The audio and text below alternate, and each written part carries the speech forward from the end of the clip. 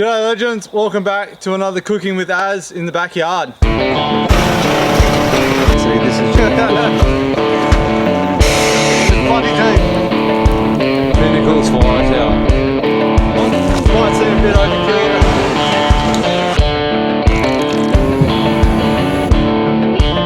Masterpiece.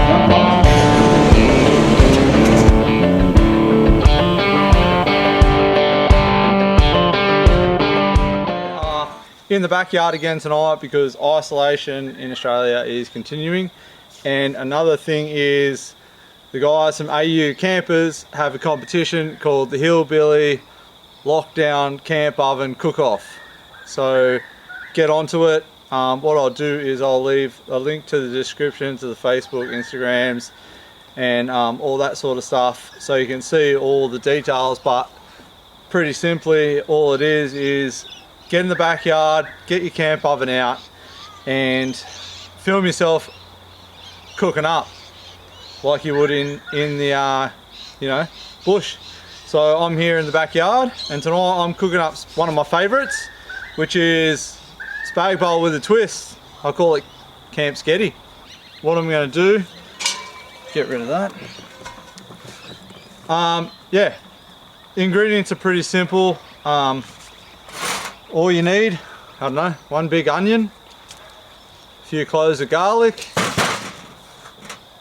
I like to put a bit of zing into my spag bowl, so I've got 4 chillies that I just picked from the garden. When I'm camping, I keep it simple. I get a couple of just pre-made spag bowl sauces, yeah, just from Coles, Woolies, wherever. Grab any, doesn't really matter.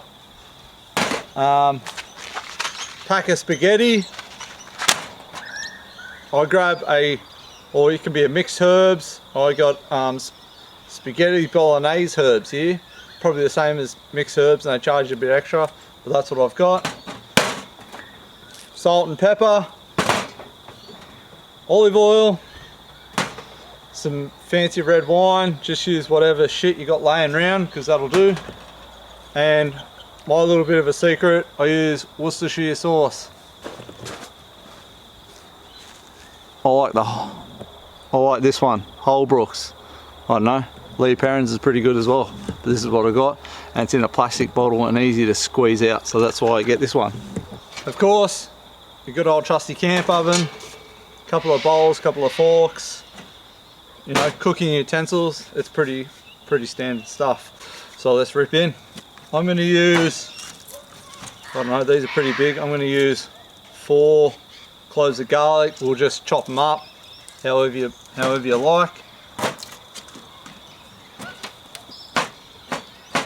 Instead of using just beef mince or whatever tonight, I've been trying something different lately. I've been using sausage mince. I got a kilo of it and I'm going to use it all. I don't usually need this much, but good thing with sausage mince, if you don't mince it up or like separate it in the camp oven too much, it makes like little meatballs as well, which is pretty cool. So that's what I'm using tonight. A lot of the time I use turkey mince as well. You can use whatever mince, doesn't really matter, chicken mince. It's with all this stuff, it's going to taste pretty bloody awesome. We'll just chuck all your chopped up garlic into a little bowl, and at the same time we'll chop up all the chillies. You don't need to have chillies if you don't want, doesn't really matter. And just before we chop up the onions, I'm going to preheat the camp oven. We'll dump a heap of olive oil in there and we'll go throw it on the coals. So we'll just get some coals over to the side and throw that on there. Chop up the onion. You can slice it and dice it however you like, really, it doesn't really matter. There we go. Now you got your garlic, your chilli if you want, your onion all sliced and diced. We'll go throw it into the camp oven. Throw it in there. Listen to that sizzle. What we'll do is just brown this off a little bit for a minute or two. So once that's all browned off, grab our mince, whatever mince you want, and then we'll brown all this off and separate it into little chunks or however you want. Being sausage mince, it's a bit harder to work with than just normal mince.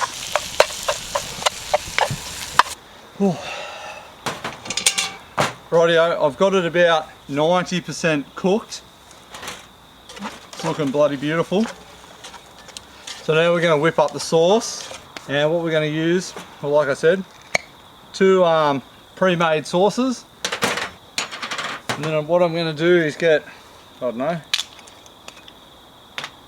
bit of red wine, half a, I don't know, what's that, 200 ml of red wine, and I'm going to top that up with the rest with water. Give it a bit of a shake to get all the extra sauce out of there. Oop. We'll throw it into there, get all the sauce out of that one, dump that in, give that a bit of a stir, and then what we're going to do is throw in as much mixed herbs as you want, heap of pepper and some salt, mix all that in. Now what we'll do is we'll grab our dry pasta, spaghetti, whatever you want, fettuccine, penne, I don't care what you do. And I'm just going to grab handfuls at a time, and I like to snap it into 3.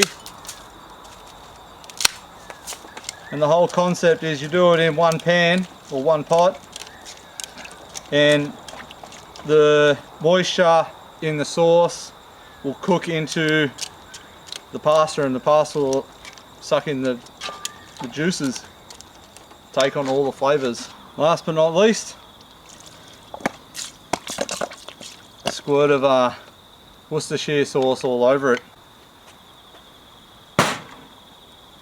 Now let's yeah, go throw it on the coals. So we'll throw down a heap of coals, and we'll throw that back on there. And what we'll do is we don't need to put any coals or a lid on, we can just watch it, and you'll see all the moisture get taken by the pasta, will absorb it. And if you feel like you need a little bit more moisture in there, you can top it up with some water. But every now and then I like to give it a stir, so we'll let this sit for 5 or 10 minutes and check it. So it's been about 10 minutes, and we just want to grab a trusty old Nebo headlamp, toss around in the pot there, and you can see a lot of the moisture starting to be absorbed by the pasta. And what you'll find is while it's cooking, you get these nice little charcoal bits at the bottom of the pot when you're stirring it around. They're the tasty bits, so keep those. Rightio, as you can see, it's all starting to crisp up and start to look a bit nicer in there. It's up to you how long you want to cook it, but you don't want to overcook the pasta. But I reckon by the looks of the outside here, we're probably just about done. So we'll take it off the coals, plate her up. Oh, I'll tell you what, this is smelling absolutely delicious. Just grab a couple of bowls and we will plate it up. And then we'll grab a little bit of Parmesan cheese.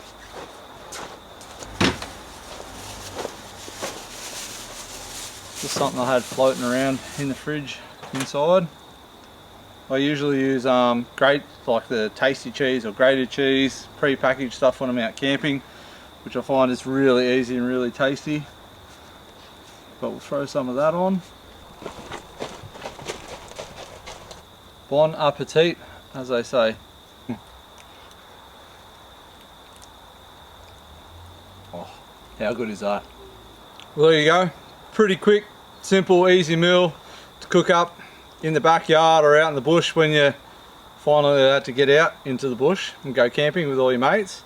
But it's a good one to impress all your mates with, I reckon anyway. Tastes bloody awesome.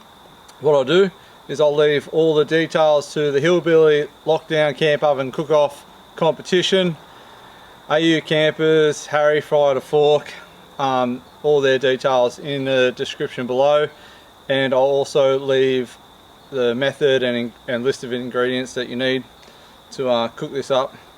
So yeah, let me know how you go, and yeah, giddy up, enjoy your night, cheers.